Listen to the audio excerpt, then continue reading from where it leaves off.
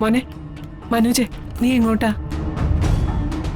വരുമ്പോ അച്ചമ്മയ്ക്കുള്ള ഗുളിക കൂടി വാങ്ങണം. ഇതാ പൈസ.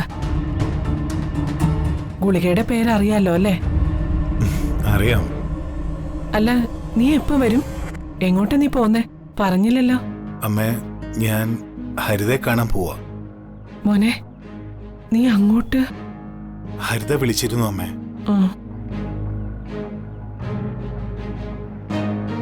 അവളോട് ഞാൻ കാര്യങ്ങളൊക്കെ പറഞ്ഞു മനസ്സിലാക്കും. എന്നിട്ടും അവൾ ഇങ്ങോട്ട് വരണമെന്ന് പറഞ്ഞ് വാശി പിടിച്ചിരിക്കുകയാണെങ്കിൽ എനിക്ക് അവളെ ഇങ്ങോട്ട് കൂട്ടിക്കൊണ്ട് വന്നല്ലേ പറ്റൂ. Super super.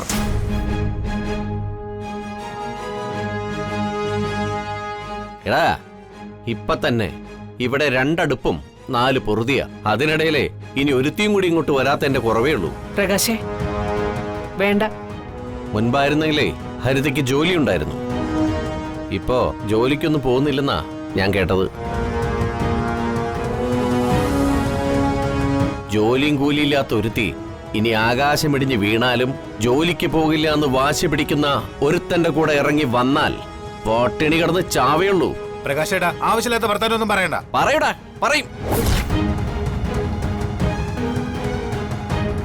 ഉള്ള കാര്യം പറയുമ്പോ നിനക്ക് എന്താ ചൊറിയുന്നോ? നിങ്ങൾ നിങ്ങളുടെ കാര്യം നോക്കിയാ മതി, എന്റെ കാര്യത്തിൽ ഇടപെടണ്ട. കുതിര കയറാൻ ആളില്ലെങ്കിൽ അകത്ത് സ്വന്തം അച്ഛയും മകനും ഉണ്ടല്ലോ, അവരുടെ ദേഹത്തോട്ടങ്ങ് കേറിയാ മതി. എന്റെ അടുത്ത് വേണ്ട. ഈ വീട്ടിൽ 2 അടുക്കളയും 2 അടുപ്പും ആക്കിയിട്ടുണ്ടെങ്കിലേ അതിന് പ്രധാന കാരണം പ്രകാശേട്ടനാ. എടാ, ഞാനിവിടെ താമസിക്കുന്നതിനെ മാസാമാസം വാടക എണ്ണി കൊടുക്കുന്നുണ്ട്. സംശയം ഉണ്ടെങ്കിൽ ചോദിച്ചു നോക്കണം നിന്റെ അമ്മയോട്. പോരാത്തേന് കറണ്ട് ചാർജ്, വാട്ടർ ചാർജ്, പിന്നെ കേബിൾ TV ചാർജ്. എന്തിന് ഈ പറമ്പ് ക്ലീൻ ചെയ്യുന്നതിന് വരെ ഒരു ഷെയർ കൊടുത്തിട്ടാ ഞാനിവിടെ കഴിയുന്നത്.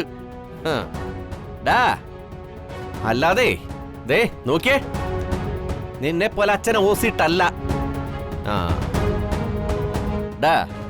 അന്തസ്സായിട്ട് പണി ചെയ്ത് ജീവിക്കടാ. പ്രകാശേ, നിർത്തുന്നുണ്ടോ നീ? നോക്ക്, തടി പോലെ വളർന്നൊന്നും ഞാൻ നോക്കില്ല.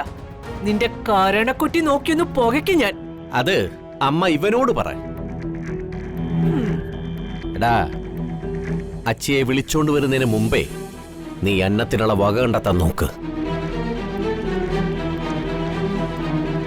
ജോലിയും കൂലിയില്ലാത്ത നീയെ ഹരിതയെ ഇങ്ങോട്ട് വിളിച്ചോണ്ട് വരാൻ കാണിക്കുന്ന ധൈര്യമുണ്ടല്ലോ, സമ്മതിക്കണം. ഈ ധൈര്യം ചാൾസ് ശോഭരാജിന് പോലും കാണില്ല.